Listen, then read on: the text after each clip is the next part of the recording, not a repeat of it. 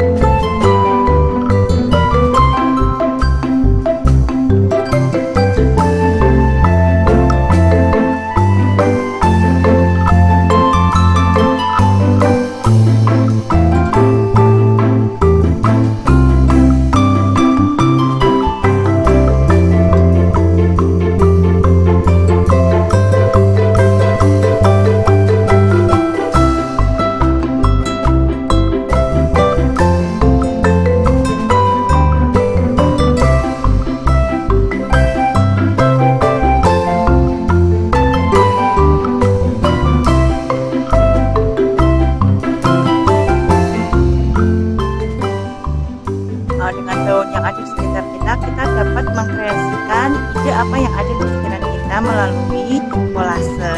Kalau ada yang mau request, mau dibikinin kolase apa, bisa ditulis di kolom komentar di bawah ini. Dan selalu dukung channel kami ya. Dah, assalamualaikum warahmatullahi wabarakatuh.